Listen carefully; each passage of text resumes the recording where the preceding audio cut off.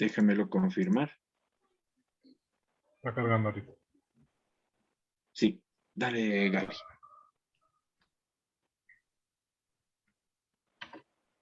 Muy buenas noches, queridos amigos. Un gusto saludarlos a nombre de la Asociación de Estudios Históricos de Tacna.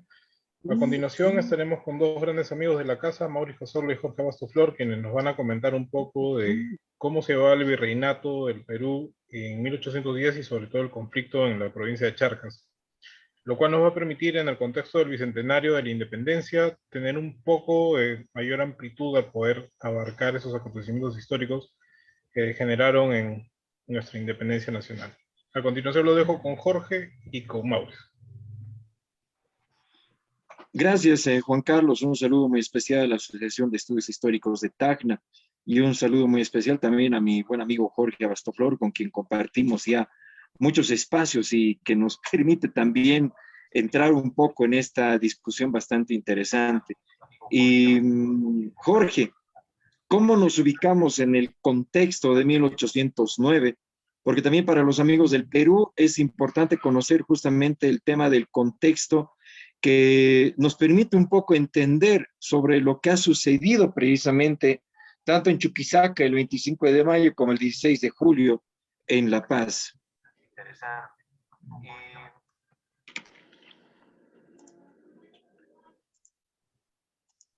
¿Aló?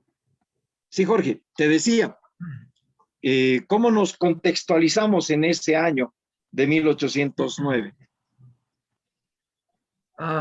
Bien, yo creo que es muy importante recordar que poquito antes, y con decir poquito me refiero a un poco más de 20 años, eh, habíamos tenido las revoluciones indígenas de principios de la década del 80 del siglo XVIII. Esas revoluciones indígenas, recordaremos a Tupac Amaru, Tomás Katari, Tupac Katari, tuvieron una fuerte repercusión en el Imperio Español, pero también tuvieron una repercusión en los virreinatos propiamente dichos, tanto en el virreinato del Río de la Plata como en el virreinato del Perú. Producto de esas revoluciones es que se van a dar cambios político-administrativos muy importantes que nos van a permitir entender eh, este cruce y esta conexión que hay entre Perú y Bolivia durante la Guerra de Independencia, pero también poco tiempo después, digamos, de la independencia. ¿Qué es lo que va a suceder? Va a suceder que la Intendencia de La Paz va a ser dividida prácticamente por la mitad, dando origen a otra intendencia, que es la Intendencia de Puno. Además, va a surgir una nueva Real Audiencia, que es la Real Audiencia de Cusco. Y bueno, la Real Audiencia de Cusco va a incluir este territorio de Puno, que había formado parte de la Intendencia de La Paz, y va a producir serios trastornos en la vida política, económica, social y cultural de toda la macroregión que abraza al río, al lago Titicaca.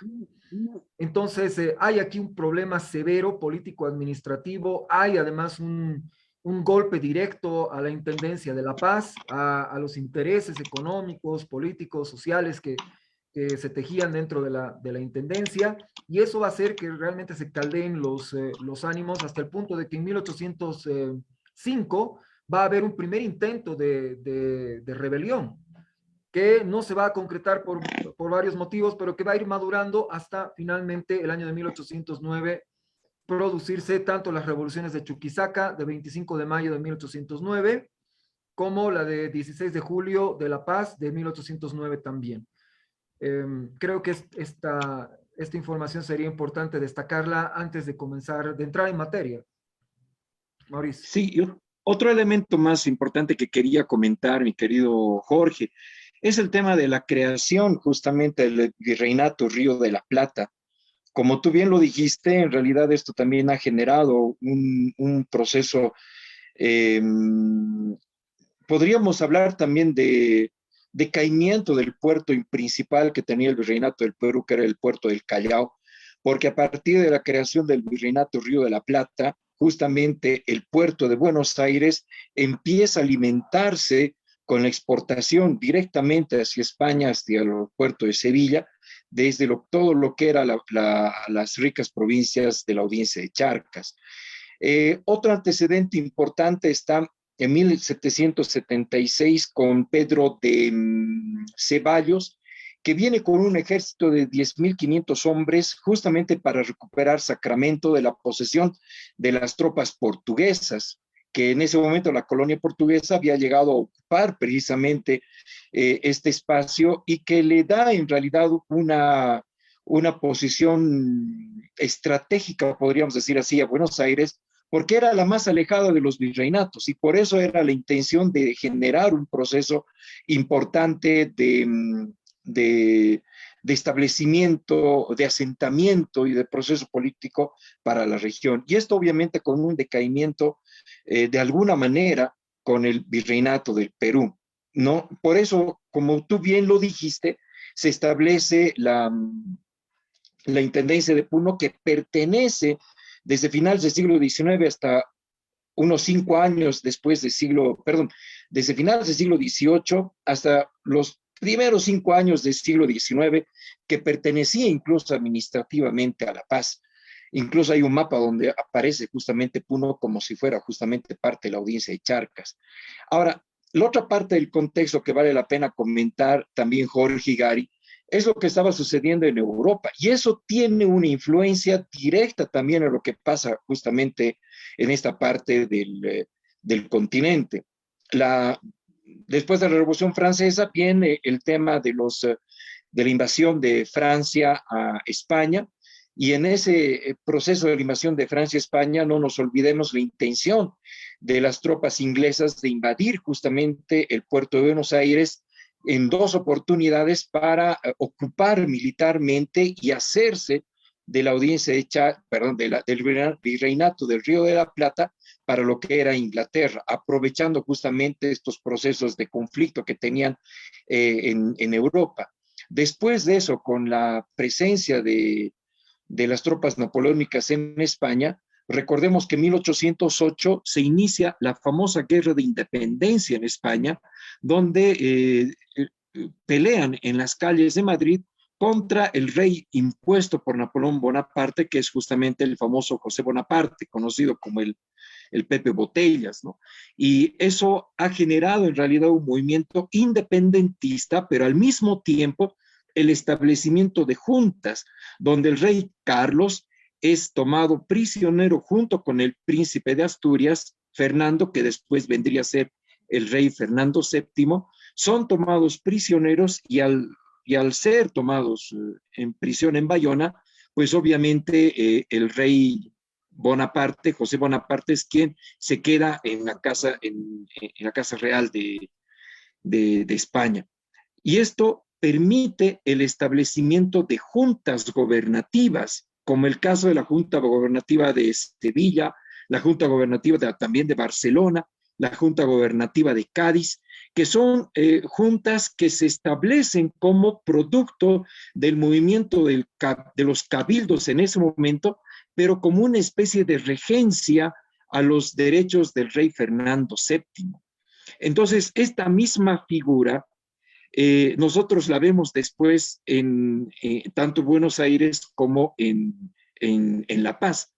Pero antes de eso está justamente Carlota, que es la hermana de Fernando VII, que está casada con el rey de Portugal y que escapa de la presencia de las tropas napoleónicas a Brasil, a lo que era la colonia portuguesa, y establece justamente la Casa Real en Río de Janeiro, y es allí donde muy poco se habla de este tema, pero la entrevista que tiene con José Manuel de Goyeneche, la princesa Carlota, porque establece la misión de que Goyeneche pueda ingresar a la audiencia de Charcas, y en la misma capital de la audiencia de Charcas, la antigua ciudad de Chuquisaca, puedan promover un movimiento que apoye a la princesa Carla Joaquina de Borbón para nombrarla como reina del Río de la Plata, No, ese es un primer momento y de ahí viene justamente el establecimiento de lo que es el movimiento del 25 de mayo de 1809 en Chuquisaca, porque es una pelea entre fernandistas y carlotistas.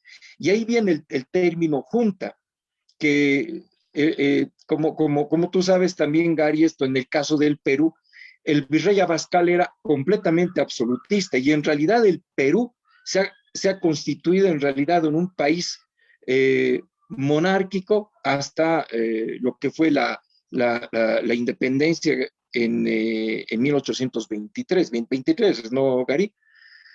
Sí, Entonces, en realidad hay dos periodos ahí, ¿no? De la monarquía de San Martín, que dura hasta, como idea, hasta 1825, pero en realidad lo que indicas todos estos factores que imbuyeron desde de la colonia central, que sería la salida del Atlántico por el Río de la Plata, cruzando la provincia de Charcas hasta el Pacífico por la salida natural que sería Tacna y Arica, se generaron una serie de movimientos independentistas, ojo, no antimonárquicos ni anticlericales, sino en contra de la administración, porque todavía exactamente. no había la intromisión entre 1776 hasta 1803, no había una visión republicana. Había ideas filosóficas propias de la Revolución Francesa, pero nada constituido hasta la intromisión de las logias lautarinas y de los caballeros racionales, ¿no? Que se inician en Cádiz, con criollos en Cádiz. Continúa, Mauricio. Sí, no, y eso que yo explicaba en contexto, tienes toda la razón, porque el movimiento de José Gabriel de Condorcanqui en 1780 y 1781 era contra el mal gobierno, que ha tenido su repercusión en los movimientos y también su influencia en los movimientos indígenas del espacio de la audiencia de Charcas, como también ha sido el movimiento del cacique de Chayanta, de Tomás Catari, que en realidad tampoco era un movimiento antimonárquico, sino era un proceso de reconocimiento de su autoridad como cacique. Y obviamente los movimientos indígenas que se generan en 1781, particularmente en el caso de Oruro, ha tenido también ese proceso.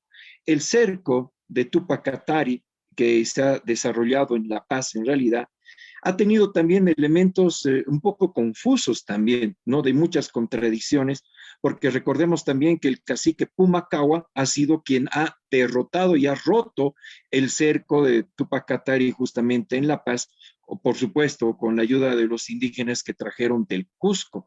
Entonces, esos son elementos que obviamente en este contexto nos interesa compartirlo, porque en realidad el proceso de independencia aparece años después, no en 1809 o en 1810, sino que estos procesos de contexto que lo estábamos comentando en este momento nos ayuda precisamente a entender lo que estaba sucediendo en nuestras ciudades, en nuestro contexto jurisdiccional, porque en realidad con el movimiento de Chuquisaca y La Paz, y con la presencia de José Manuel de Goyeneche, que después se va al virreinato del Perú y es encomendado por el virrey Abascal para volver a la audiencia de Charcas y en realidad de manera arbitraria parte en dos el virreinato del Río de la Plata y las cuatro provincias de la audiencia de Charcas son anexadas nuevamente al virreinato del Perú.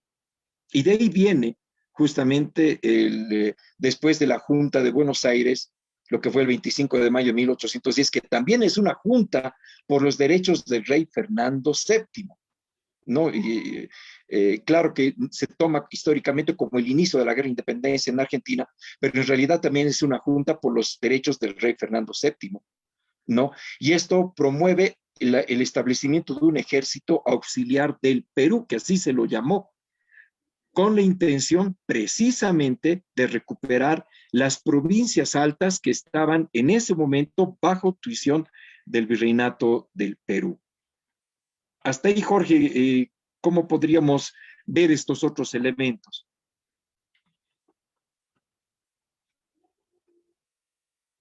Uh, no sé, yo creo que ya estaría cubierto todo el tema de la introducción y Me parece que se han avanzado muchas cosas, ¿no? Creo que es importante destacar el hecho de que se produce la revolución de Chuquisaca, se produce la revolución de la paz, y en ese momento Goyeneche entra por primera vez al territorio de Charcas, ya siendo intendente de Puno y también presidente de la Real Audiencia de Cusco. Hay algo que no quiero que se me quede en el tintero, y es el hecho de que curiosamente es Goyeneche una de las piezas fundamentales para entender el levantamiento que sucedió en Chuquisaca el 25 de mayo de 1809. Él formó parte de todo ese torbellino que se generó el 25 de mayo de 1809, y luego, al poquito tiempo, aparece él, ¿no?, al mando de un ejército del virreinato del Perú, aplacando la revolución. Y eso que él había sido una de las fichas importantes para generar todo ese movimiento. Yo creo que le debemos mucho a nuestra historia el conocer realmente quién era Manuel Goyeneche. No sabemos quién es, no sabemos hasta el día de hoy si es carlotista, no sabemos si es leal a Fernando VII. Al final se quedó como un absolutista absoluto, definitivo, ¿no? Pero la verdad es que la figura de él aquí en Charcas es enviado, además tiene papeles de la Junta de Sevilla, y la Junta de Sevilla ya en ese momento estaba siguiendo un camino liberal, hacia el liberalismo, hacia la monarquía constitucional, que obviamente es un camino diferente que el que va a tomar Fernando VII. No sabemos quién es Goyeneche hasta el día de hoy, y no entendemos quién es. Y es tremendamente importante. ¿Por qué? Porque Goyeneche es arequipeño, y es un americano, es una persona, es de los nuestros, vamos a decir, ¿no? No es ibérico, no es una persona que viene de España y quiere armar un problema. Más bien el virrey Abascal lo nombra en esas altas dignidades porque percibía ya que había un resentimiento muy profundo de varios sectores americanos por no recibir el poder que habían estado mereciendo y ansiando desde hacía mucho tiempo.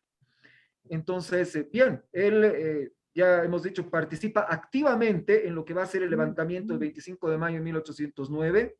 Está jugando a 3 bandas antes de dejar Charcas, y luego pasa al virreinato del Perú, y ya viene con un ejército a aplacar aquello que él mismo había generado de alguna manera.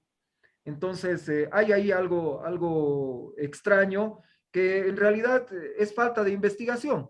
No hemos investigado lo suficiente este periodo. Bien, ahí en ese momento decíamos viene la invasión de Goyeneche al territorio del virreinato del Río de la Plata, en este caso la intendencia de La Paz, y posteriormente la intendencia de Charcas. Ahora, aquí hay una cosa que es muy importante de entender.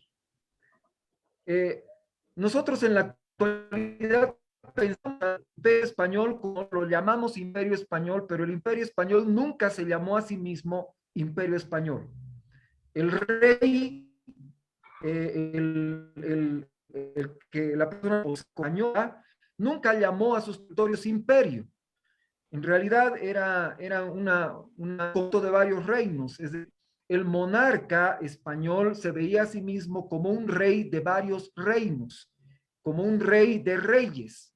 Y en ese sentido, cuando vemos la invasión de Goyeneche, que parte del virreinato del Perú y se interna en el virreinato del Río de la Plata, al principio uno puede decir, bueno, no hay problema, es el mismo imperio, entonces vienen tropas del virreinato del Perú a aplacar lo que está sucediendo en el virreinato del Río de la Plata. Y las cosas no son así.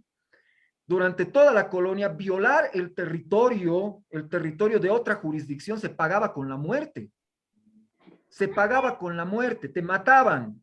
Y aquí en la Real Audiencia de Charcas hubo varios de esos juicios de violación de jurisdicciones. Era algo realmente capital dentro de la estructura organizativa que tenía el Imperio Español, o lo que llamamos el Imperio Español, la inviolabilidad de las fronteras. Entonces, esta penetración que hace Goyeneche dentro del Virreinato del Río de la Plata, es algo que en otras circunstancias le hubiese costado la vida. Pero en este momento no es así.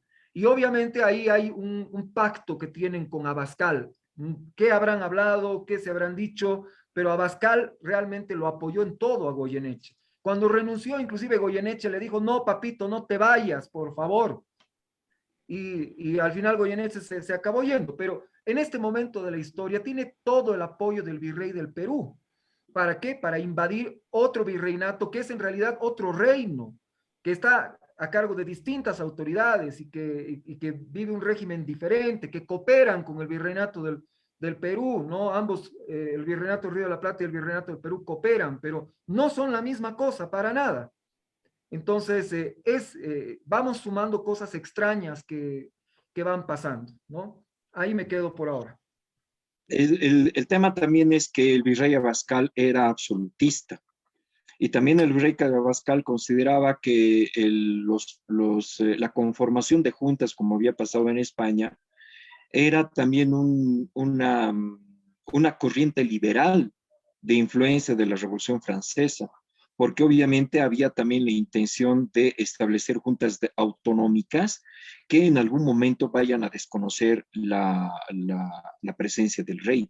Por eso es que Abascal se convierte en uno de los más acérrimos defensores del absolutismo en ese momento, y cuando se entera, obviamente, el establecimiento de la Junta Tuitiva de la Paz o la Junta Gobernativa de la Paz, en realidad Goyeneche entra a la audiencia de Charcas y lo que no le correspondía, lo hace, ejecuta a todos los que han sido parte del movimiento de la paz con la muerte, pese a que los documentos que tenemos de todo este proceso reconocen que en realidad estaban también en defensa de los derechos del rey Fernando VII.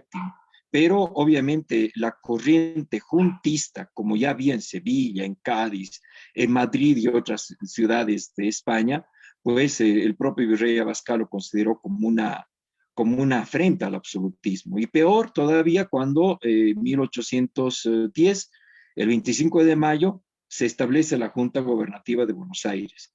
Entonces, el mismo modelo de junta que se establece en España, pues también aparece reproduciéndose en muchas ciudades, en realidad, tanto del Virreinato del Perú como del Virreinato del Río de la Plata. Y algo interesante que hay que comentar de 1810 es la adhesión de Tacna al movimiento de la paz de 1809, perdón.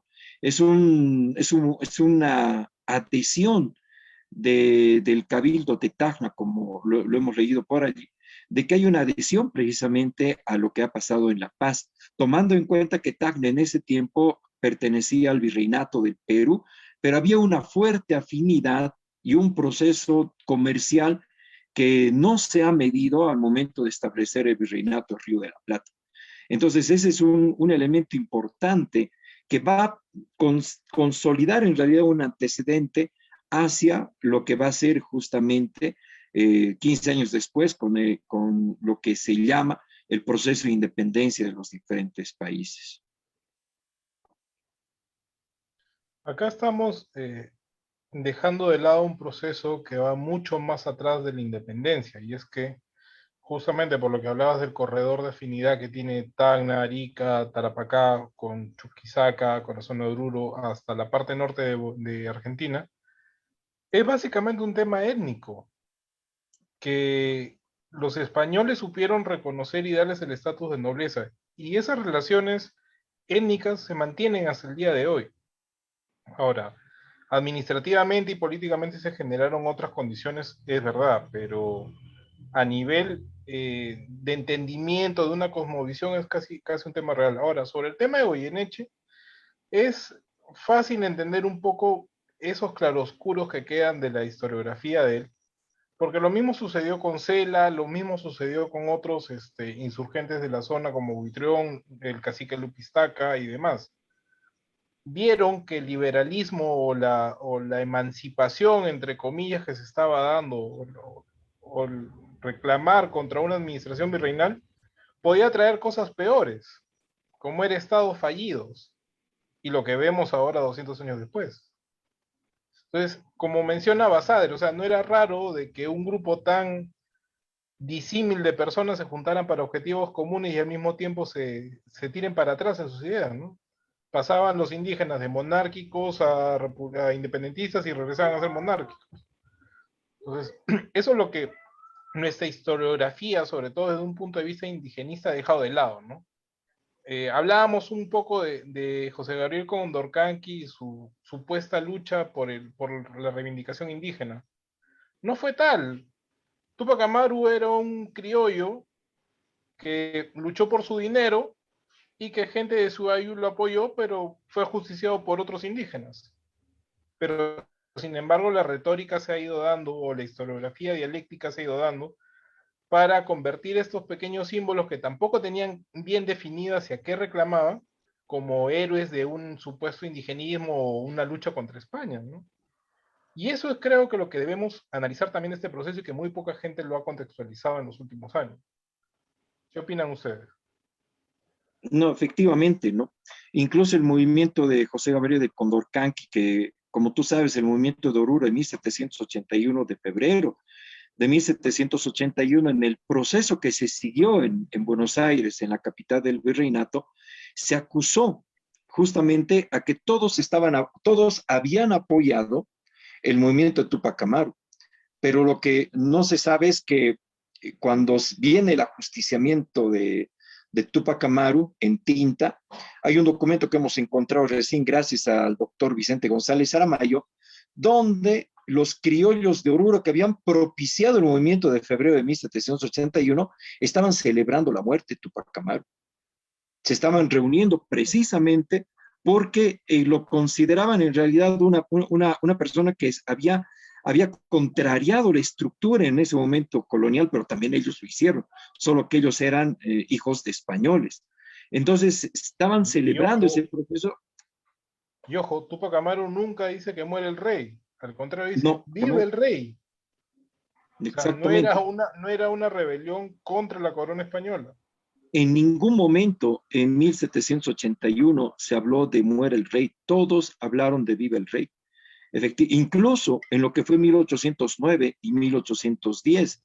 Recuerden lo que ha sido en realidad el movimiento de Chuquisaca el 25 de mayo, que ha sido precisamente un movimiento entre los que apoyaban a la princesa Carlota, los carlotistas, y los que apoyaban a Fernando, los fernandistas. Eran dos partidos que en Chuquisaca propiciaron justamente ese movimiento. Al final de cuentas, se comunicó a La Paz y en La Paz en realidad apareció el movimiento juntista para respetar los derechos del rey Fernando VII frente a las pretensiones de la princesa Carlota, porque había una situación delicada que si se reconocía a Carlota como soberana del Río de la Plata, pues estábamos renunciando o adhiriendo esta provincia importante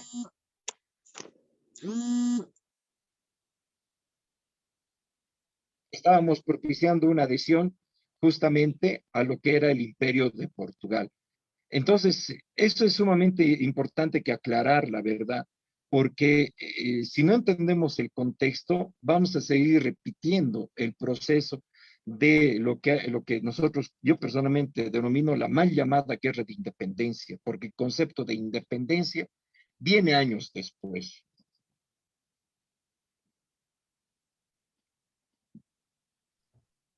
Ah, bueno, yo sí la llamo guerra de independencia porque durante todo el proceso que dura 16 años para nuestro país, al principio no se hablaba de independencia, pero ya prácticamente para la mitad del proceso ya se hablaba directamente. Y ni siquiera se hablaba directamente de independencia de la corona española, sino independencia del Perú, independencia de Buenos Aires, ya independencia de todos, ¿no? Entonces, sí hay un proceso de evolución dentro de la guerra de independencia, pero en efecto termina al final siendo una guerra de independencia. Volviendo al tema que nos reúne, yo pienso, a ver, yo quiero seguir con Goyeneche, Goyeneche hace una penetración para aplacar el movimiento de Chuquisaca. Luego se retira. Eso es algo que no se ha estudiado bien todavía. ¿Qué fue lo que pasó en ese momento? Se retira dentro del territorio del Virreinato del Perú. Sucede lo de 16 de julio de 1809, Goyeneche vuelve a entrar por segunda vez. Y después de la batalla de Huaqui, ya va a entrar por una tercera vez y ya no va a salir de Charcas. Entonces, entre 1809 y 1810 hay varias penetraciones cada vez más profundas, cada vez más estables, más persistentes y también cada vez más violentas, Goyeneche con Chuquisaca, en ese momento no hay evidencia de que se haya comportado como después lo vamos a ver comportarse, por ejemplo, en La Paz, o lo vamos a ver comportarse en Cochabamba para 1812 en el combate de la Coronilla, por ejemplo, ¿no? Entonces, hay un proceso ahí de radicalización, diría yo, tanto en la posición de las personas que están luchando en ese momento por una mayor autonomía, pienso yo, que después va a ir madurando la idea hasta la independencia, y las personas también que están defendiendo a la corona española, que se van a ir radicalizando también en su comportamiento. Después de esta tercera incursión que hace Goyeneche dentro del territorio del Virreinato del Río de la Plata, después de la batalla de Huaqui, ahí es cuando vamos a tener una ocupación, una verdadera ocupación militar de parte de tropas del Virreinato del Perú, que están dentro del Virreinato del Río de la Plata y someten directamente varias regiones del país. Pero creo que ahí ya nos estamos adelantando un poco. Estamos en 1809, se ha producido la revolución de La Paz, el 16 de julio de 1809. Ahí viene la reacción la segunda reacción de Goyeneche, y desde mi punto de vista, este es un momento estelar dentro de nuestra historia, porque hay la formación de una junta después de la revolución del 16 de julio, una junta que nace el 24 de julio, algunos días después nada más de producirse la revolución. Y esta junta de gobierno toma varias decisiones que son realmente gubernamentales. Yo quiero destacar algunas nada más, porque el campo de acción es bastante amplio. Por supuesto está el repudio de los impuestos y de las alcabalas, que estaban presionando demasiado a la población, y era el principal interés que tenían la mayor parte de los ciudadanos paceños. Después de eso está la elaboración de un programa, podríamos decir, de un plan de gobierno, y por supuesto está el hecho de formar un ejército. Habían unidades militares dentro de la ciudad de La Paz. Esas unidades militares pertenecían a lo que se conocía como las milicias disciplinadas del rey. Esas milicias disciplinadas del rey, que se sepa, todas se plegaron al movimiento de la revolución del 16 de julio de 1809, y en base a esa tropa y a otra más que había cerca de la ciudad de La Paz, es que se va a conformar un primer ejército que no es leal a la corona española. Ese ejército se va a enfrentar al ejército de Goyeneche en la batalla de Chacaltaya, o combate de Chacaltaya, en octubre de 1809, y desde mi punto de vista, en ese momento en particular comienza la guerra de independencia de Bolivia. Y por supuesto la acción termina en una victoria total de las armas de Goyeneche, de las armas del ejército del Virreinato del Perú, producto del choque y del desbande posterior que se da entre las tropas que se han organizado en La Paz, leales a la Junta Tuitiva. Muchos de esos hombres se van a desplazar hacia la zona de los Yungas. En la zona de los Yungas se van a producir varios enfrentamientos que nos van a hacer atisbar lo que va a ser después el movimiento de las republiquetas, o la lucha de montoneros, o la lucha de guerrilla o de partidarios, dependiendo del autor, tienen esos nombres. Entonces, lo que sucede en La Paz, desde la revolución del 16 de julio, pasando por la batalla de Chacaltaya, llegando hasta los combates que se producen en los Yungas, en Irupana, en Chicaloma, vamos a ver como una especie de resumen de lo que va a suceder después en los 16 años de guerra de independencia que experimenta nuestro país, ¿no? Tenemos la batalla donde se enfrentan unidades formales, unidades del ejército del Virreinato del Perú y unidades leales a la Junta Tuitiva, y después vamos a ver acciones de guerrilla en la zona de los Yungas. Como producto de esos combates que se dan en los Yungas es que Pedro Domingo Murillo y varios de los revolucionarios van a ser tomados presos. Pedro Domingo Murillo va a ser tomado preso en la localidad de Songo, van a ser trasladados a la ciudad de La Paz, van a ser sometidos a un juicio en donde se les va a aplicar penas que son extremadamente duras, pero para nada son una excepción a lo que sucedía en aquella época con las personas que se comportaban en esta línea, es decir, aquellos que se rebelaban en contra de Dios y en contra del trono, ¿no? Porque eran una sola cosa. Jorge, aquí quiero hacer un aditamento que tú lo dijiste, es muy importante. Una de las acciones importantes que realiza justamente la Junta Tuitiva de La Paz es la conformación de un ejército, pero obviamente desde un punto de vista formal tiene mucho que desear el hecho de que sea conforme un ejército. Desde el punto de vista histórico, yo personalmente considero que la formación del ejército de Bolivia está en esta disposición de la Junta Tuitiva, cuando en la historia nos muestra que en realidad fue en el campo de Aroma, un año después que se forma justamente el Ejército Nacional. Pero una de estas acciones que justamente establece la Junta me parece realmente altamente histórico y que muy poco hemos estudiado entre lo que sucede en mayo, junio, julio, hasta diciembre y enero, que viene a ser el ajusticiamiento de los que han sido parte de la Junta Tuitiva. Es un periodo todavía poco estudiado. Y por otro lado, el propio José Manuel de Goyeneche, hasta ahora sus memorias no han sido publicadas. Están en España, hay que acceder con permiso especial, hay que pedir una autorización. Conozco un amigo argentino que ha logrado solo la desclasificación de unos cuantos documentos que corresponden al periodo de la batalla de Huaqui, pero no conocemos en realidad todo este periodo que viene desde la entrevista con la princesa Carlota en Río de Janeiro, el movimiento que genera en Chuquisaca, lo que sucede en realidad hacia su viaje al Perú.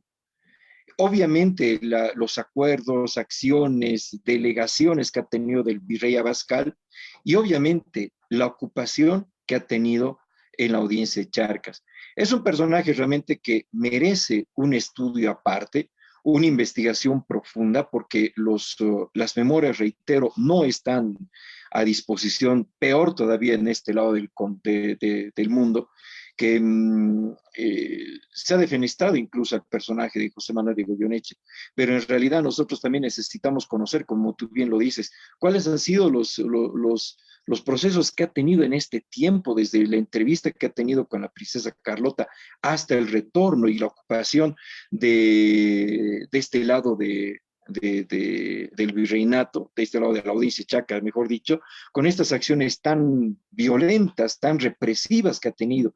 Y claro, te da a confundirte, ¿no? ¿Era carlotista, era fernandista? O sea, a fin de cuentas, no sabemos qué era. Sabemos qué era, y es bien desconcertante la figura de Goyeneche, porque pareciera que él se fabricó solo una situación en la que él pudiese aparecer como salvador. Al menos tengo esa idea, ¿no? Me da esa impresión esta persona. Yo creo que, como tú dices, merece una investigación aparte Goyeneche. Como Bien, un detalle, sí, como un detallito, solamente simplemente. quiero aclarar que dentro del ejército de Bolivia existe en este momento el debate de si realmente fue la batalla de Aroma o fue la batalla de Chacaltaya el inicio del ejército nacional boliviano. Por supuesto que la doctrina nacional y la doctrina militar en este momento de Bolivia certifica que la batalla de Aroma de 14 de noviembre de 1810 marca el inicio de la existencia del ejército de Bolivia. Y yo me apego a esta posición. Es decir, la Junta Tuitiva de La Paz formó un ejército con las milicias disciplinadas que habían en la zona, pero ese ejército no se constituía en un crisol de regiones, ni de pensamientos, ni de ideas, como sí lo fue el conjunto que peleó en la batalla de Arón. Pero sí hay que reconocer la capacidad que tuvo la Junta Tuitiva de la Ciudad de La Paz de poder hacer varias cosas que son realmente de gobernativas, entre ellas levantar a un ejército con sus fallas, con sus falencias. No vayamos a creer tampoco que eran personas que no sabían lo que hacían, pertenecían a las milicias disciplinadas del rey. El centro de ese ejército eran los veteranos de la ciudad de La Paz, eran personas que sabían lo que hacían y habían participado en varias refriegas, incluyendo todos los sucesos que se dan a partir de 1781 con las rebeliones indígenas. Entonces, lo que faltaba ahí probablemente era más bien convicción, saber exactamente por qué era que se estaba luchando en ese momento. Y claro que no ayuda absolutamente en nada el hecho de que Goyeneche haya penetrado en este territorio, en el territorio de la Real Audiencia de Charcas, con un ejército que al final llegó a tener cerca de 5.000 hombres. Ahora parece poco, pero en esa época realmente 5.000 hombres era un ejército enorme. Y solamente para poner las cosas en perspectiva, el ejército con el que entró Andrés de Santa Cruz al Perú no llegaba a 5.000 hombres, tenía poco más de 4.000 hombres. Y estamos hablando de un suceso que acaeció prácticamente 30 años después. Entonces, un ejército como el que conformó Goyeneche era realmente grande, importante en esta época que estamos discutiendo, que es 1809. Pero como un complemento importante, Jorge, de alguna manera la Junta Tuitiva estaba precautelando la integridad y obviamente lo que era su jurisdicción de la Intendencia de La Paz. Obviamente sabía lo que había sucedido en Chuquisaca. Por eso yo también me animo a pensar que ha sido un movimiento que ha ido a afirmar los derechos del rey Fernando VII. Pero en realidad la fuerza de hombres que se había formado precisamente producto de una de las disposiciones de la Junta Tuitiva de La Paz, en realidad tenía la intención no solamente de establecer un proceso jurisdiccional o una defensa de la jurisdicción de La Paz, porque de alguna manera también recordemos que también se ha movido por Oruro, se ha movido por otros sectores más y han ido reclutando incluso gente que después vemos a estas mismas fuerzas o veteranos, mejor dicho, en lo que después viene a ser la batalla de Huaqui, ¿no? Con el desastre que nosotros conocemos, pero que de ahí también tiene varias explicaciones al respecto. Pero sin adelantarnos mucho en este tema, yo personalmente pienso que habría que analizar un poco más por qué estas fuerzas de La Paz se han enfrentado en varios sectores en el departamento de La Paz, pero en realidad también hay que tomar en cuenta los procesos que para mí no son realistas, son absolutistas todavía, todos éramos absolutistas. En realidad también coincido contigo, Jorge, de que no había una idea de por qué estábamos peleando. Y esto lo dice José Luis Roca en su famoso libro Ni con Lima ni con Buenos Aires.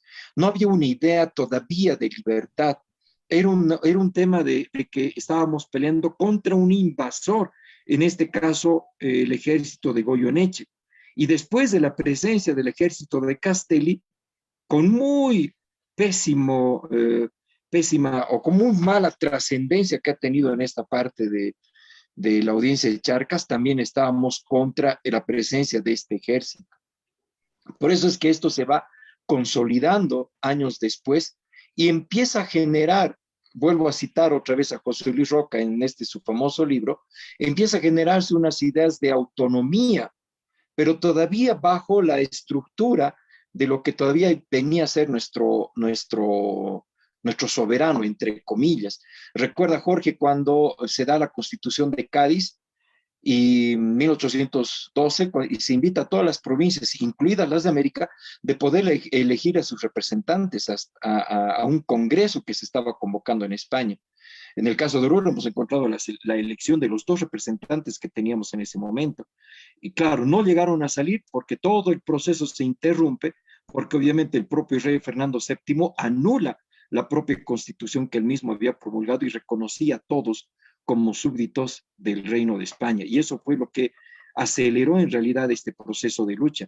Pero no es hasta 1812 que en realidad en esta parte, en las 4 provincias de la audiencia de Charcas, no teníamos todavía la idea a qué nos estábamos enfrentando. Y como un antecedente también importante, llegamos a agosto de 1810, se da muy cerca de Oruro el movimiento de Titichoca en Toledo, y es allí donde José Vicente Nieto, el presidente que es colocado por José Manuel de Goyeneche, en realidad manda una fuerza comandada por Francisco el Rivero para aplacar este movimiento indígena, para no repetirlo de 1781. Pero ahí viene lo paradójico, después de todos estos antecedentes se escapan los soldados, se van a Cochabamba, pero levantan la adhesión a la Junta Gobernativa de Buenos Aires como una especie de extensión de voluntad de que todavía seguíamos perteneciendo al virreinato del Río de la Plata. Se da lo de Cochabamba, y el 6 de octubre se da también lo de Oruro, donde también se levanta el cabildo apoyando justamente la Junta Gobernativa de Buenos Aires. Entonces, frente a este panorama, en ningún momento hemos visto este proceso de autonomía, sino estábamos viendo una adhesión a nuestra estructura jurisdiccional, que era el virreinato del Río de la Plata, frente a la presencia militar del virreinato del Perú. Y ahí es donde encontramos en realidad esta situación de guerra entre los 2 virreinatos, que no se la estudia como tal. Es una guerra entre el virreinato del Perú y una guerra contra el virreinato del Río de la Plata, con las adhesiones de las principales ciudades de la audiencia, justamente apoyando lo que pasa en 1810 a la Junta Gobernativa de Buenos Aires. Entonces, este es otro tema de contexto que es necesario también entender y comprender, precisamente para poder identificar de que todavía en ese momento no había una intención autonómica, no había una intención de establecer un proceso. Esto viene después, porque de lo contrario el Cabildo de Cochabamba hubiera levantado en realidad otro tipo de determinaciones, pero la conclusión principal era la adhesión a Buenos Aires. Lo mismo Oruro, lo mismo también pasó con Potosí. Entonces, este es otro elemento sumamente importante que va a acelerar en realidad también el movimiento del ejército del virrey Abascal con Goyeneche a su cabeza para ocupar militarmente las principales ciudades de la audiencia de Charcas. En ese mismo año, después de la batalla de Aroma, cuando se produce el desbande de las tropas cochabambinas y orureñas, en realidad desde allí es que nunca más los rioplatenses llegan a estar tan lejos de su territorio, porque antes de la batalla de Huaqui en realidad llegan hasta la misma frontera y no tenían por qué pasar en realidad hasta el virreinato del Perú, no tenían la orden de hacerlo, pero en realidad lo que vamos a ver después es que esto sobresale del control y en realidad están generando justamente la derrota de este ejército en Huaqui. Eso para entender también parte del contexto de 1810.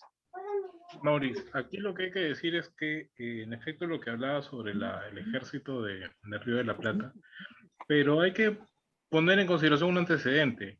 Ya operaban cédulas del ejército formado en en el Río de la Plata, en el sur del Perú. Ahí Sí. había cédulas haciendo movimientos con la gente. Ahora, ¿cuál era la diferencia? Que tanto en Bolivia como en el norte argentino como en el Perú no eran populares. O sea, esos movimientos no eran populares, eran básicamente movimientos dirigidos por la clase criolla intelectual, con algunos pocos adeptos, y la mayoría de personas mantenía una posición neutral, solamente que al momento de ver en riesgo sus bienes en la clase criolla comercial, la intelectualidad o hasta el mismo campesino, al ver un tema de inseguridad, busca una protección del más fuerte, pero regresaban al bando, al orden monárquico. Entonces, es un proceso que muchas veces no se entiende, y en esto, en lo que estamos hablando, ¿cómo se dirige la influencia del Alto Perú hacia la independencia del Perú? O sea, dejemos de 1809 y pasemos entre 1810 a 1811, donde ya empiezan una serie de movimientos mucho más agresivos, con Cela, con Castelli, empiezan otras incursiones desde el Alto Perú hacia el Pacífico. ¿Qué sucede entre tanto? O sea, en lo que nos convoca, ¿no? Yo, Jorge. Los dos. Dale, dale, Jorge. Bueno, después de la batalla de Huaqui es un desastre lo que hay. Después de la batalla de Huaqui, lo que hay es una ocupación militar de las provincias de Charcas. Inmediatamente se nombran intendentes, Ramírez en La Paz, González en Cochabamba, se nombran intendentes que ya obedecían directamente al virreinato del Perú, obedecían a Lima, obedecían directamente a Goyeneche. Y lo que se está dando en realidad es la conformación de los primeros núcleos de resistencia, no urbana, sino más bien rural, que después van a convertirse en lo que se conoce dentro de nuestra historiografía como las republiquetas. Unas republiquetas que tienen como vuelvo a indicar, un contexto más rural, no urbano. ¿Por qué? Porque las principales ciudades están bajo el control realista.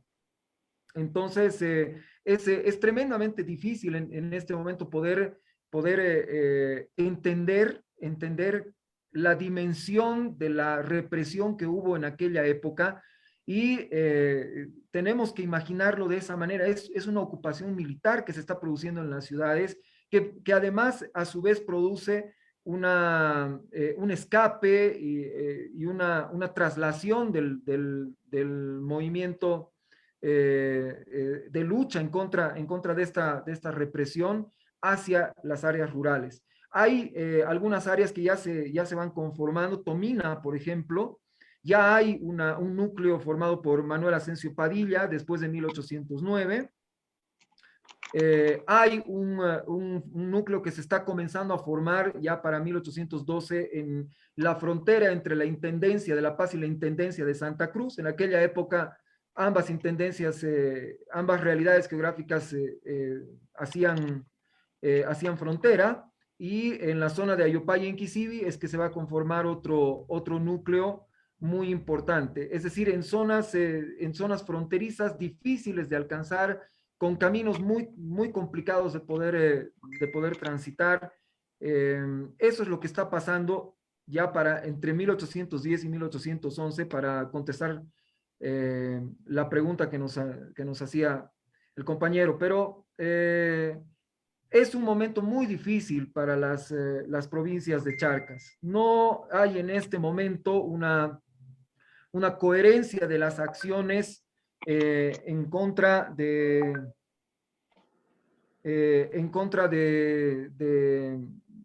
esta ocupación que está comandada por Goyeneche. Hasta ahí llego. Pero de todas maneras también es bien complejo esto, Jorge. ¿Cuál es una de las primeras determinaciones también que toma la Junta Gobernativa de Buenos Aires? Una de sus primeras determinaciones es organizar el ejército a las provincias altas. Es una misión que se encara primero un militar, que ahorita no me acuerdo el nombre, y que después se hereda justamente Castelli. ¿Cuál era la intención?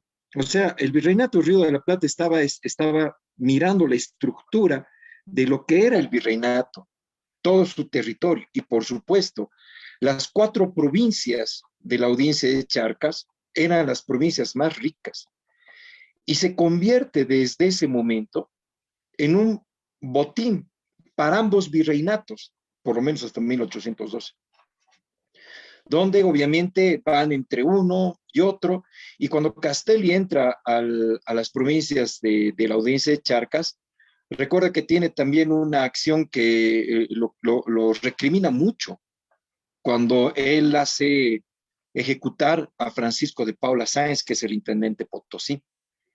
No, eso le causa justamente una primera reacción contraria al ejército del Virreinato Río de la Plata en las provincias donde iba recorriendo justamente Castelli. Pasa por Oruro, llega a La Paz, va muniéndose en realidad de varios hombres, pero comete el error de solamente establecer su ejército de las provincias bajas bajo sus órdenes para enfrentarse justamente en Huaqui. Y en realidad el desastre de Huaqui nos culpa mucho, como también nos culpan los amigos del Perú por el tema de la batalla de Tacna. Los argentinos nos culpan a los altoperuanos o los de Charcas por el desastre de Huaqui. Y no es así. En realidad, esto ha sido ocasionado por un hombre. Y está en el famoso libro de Rabinovich, el libro Anatomía del Pánico, que yo recomiendo la lectura, la verdad, porque es un oficial, un capitán, que en realidad empieza a correr, y esto genera un desastre complicado, donde comienza el repliegue y la retirada del ejército en la batalla de Huaqui. Por otro lado, el no haber coordinado con las fuerzas de las provincias de Charcas, porque cuando se estaba dando el pleno movimiento de retirada de las fuerzas de Castelli, aparece recién la caballería de Francisco del Rivero, que nunca le habían indicado en qué momento debía actuar. Y él aparece después de haber estado en Jesús de Machaca. Entonces, a partir de ese momento, y coincido justamente contigo, Jorge, las principales ciudades se convierten en ciudades absolutistas de presencia del virreinato del Perú.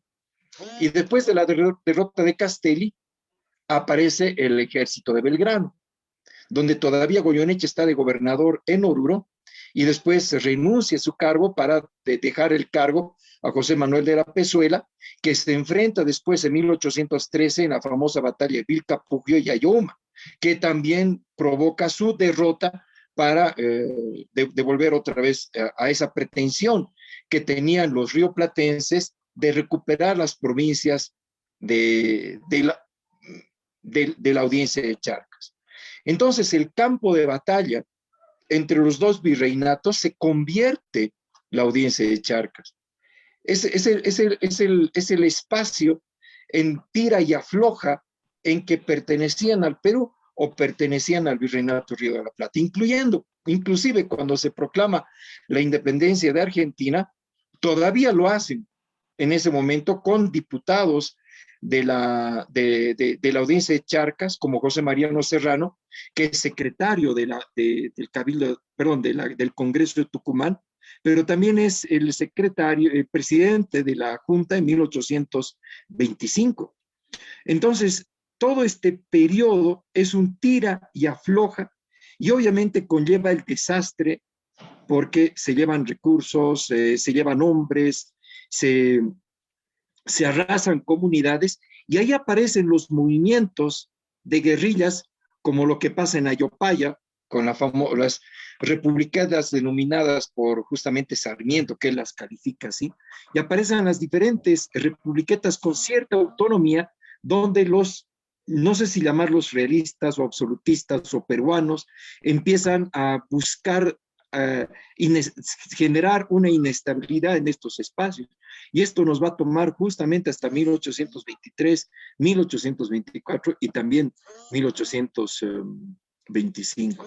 Entonces, este es en realidad el contexto en el cual se genera estos primeros años y que va a tener obviamente su consecuencia hasta lo que va a ser la independencia. Y recordemos, Jorge, que la independencia de Bolivia también ha sido un debate muy fuerte entre julio, todos los días que se ha convocado en julio, hasta agosto, de pertenecer al Perú o pertenecer a Argentina, ¿no? Porque era justamente ese debate entre los de las provincias del norte y las provincias del sur de pertenecer a uno y otro, y mejor aparece justamente una corriente nacionalista que establece la idea de generar un país independiente.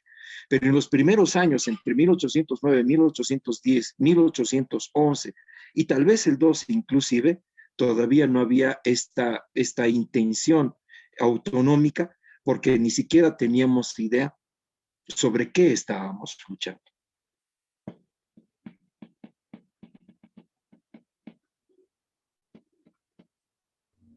Para volver un poco a lo que nos pedía Gary, el mejor momento en que se pudo haber pensado en avanzar con la causa de la autonomía, no vamos a decir independencia, hacia el Perú fue precisamente el momento previo a que se desarrolle la batalla de Huaqui. En la batalla de Huaqui se perdió completamente la oportunidad de poder llevar ese momentum que se había generado desde Buenos Aires y dentro de las provincias de Charcas hacia el Perú. Y más bien ya ahí es que van a comenzar a surgir identidades más regionales y rurales como las republiquetas que mencionábamos. Sin embargo, hablando acerca de la batalla de Huaqui, sí, evidentemente Castelli es el que trata de inculpar precisamente a las milicias disciplinadas de La Paz y a la caballería de Cochabamba por el desastre de Huaqui. Y bueno, o sea, me parece interesante esta posición de que un hombre quiso correr. Lo que pasa es que hay varios errores estratégicos que comete Castelli, que no es un militar, pero que asumió el mando de la expedición queriendo dar órdenes como un iluminado, ¿no? Como ha sucedido a lo largo de nuestra historia. Solamente hay que verlo a Salamanca, ahí por ejemplo la Guerra del Chaco, para ver, hay gente que cree que por haber leído 2 libros puede conducir ejércitos, y las cosas no funcionan de esa manera. Entonces, lo primero que hace Castelli es hacerle caso a Goyeneche en un pacto, en celebrar un armisticio que no debería haberlo celebrado porque venía con toda la energía desde las provincias de Charcas. Ese es el primer error. O sea, estás avanzando y de repente el bando que está replegándose te pide armisticio. No, ese rato tienes que seguir avanzando. Lo segundo fue, que tú lo mencionaste, Maurice, fue que no confiaron lo suficiente en las tropas que eran provenientes de Charcas. Las que se habían conformado acá, las que estaban al mando sobre todo de Francisco del Rivero, que era una caballería excepcional, excepcionalmente buena, y eso se va a comprobar precisamente al final de la batalla de Huaqui, cuando les van a salvar la vida a los sobrevivientes. Y el tercer error estratégico que comete Castelli, que como buen ignorante en la materia, lo que hizo fue, celebrado el armisticio, dividió sus tropas. Las dividió entre Tiwanaku, entre Jesús de Machaca y otra población. Las dividió en 3 partes. Entonces Goyeneche tuvo la oportunidad de poder atacar distintos núcleos en distintos momentos, ¿no? Pero la sabiduría de los tiempos nos dice marcha dividido, combate concentrado. Pero Castelli, como creía que era iluminado, fue a hacer sus sacrificios a Tiwanaku, fue a hacer sus ofrendas, a declararse, ¿no?, seguidor de los antiguos espíritus, así, en lugar de dejar hacer las cosas a los que deberían hacer, los profesionales, a los que saben de la materia, cometió todos estos errores que al final quiso sepultarlos echándole la culpa, claro, ¿a quién? A las provincias a las tropas de las provincias de Charcas, ¿no? Y él se portó así, ¿no? Se portó cobarde, porque al final Castelli había vivido mucho tiempo en las provincias de Charcas, había estado en Potosí, había estado en Chuquisaca, había estado en La Paz, por supuesto, Tiwanaku, ¿no? Había estado, entonces, al final, a los que termina poniendo en vereda es a la gente que él mismo había conocido, que se suponía que eran sus amigos. Entonces, así se comporta Castelli.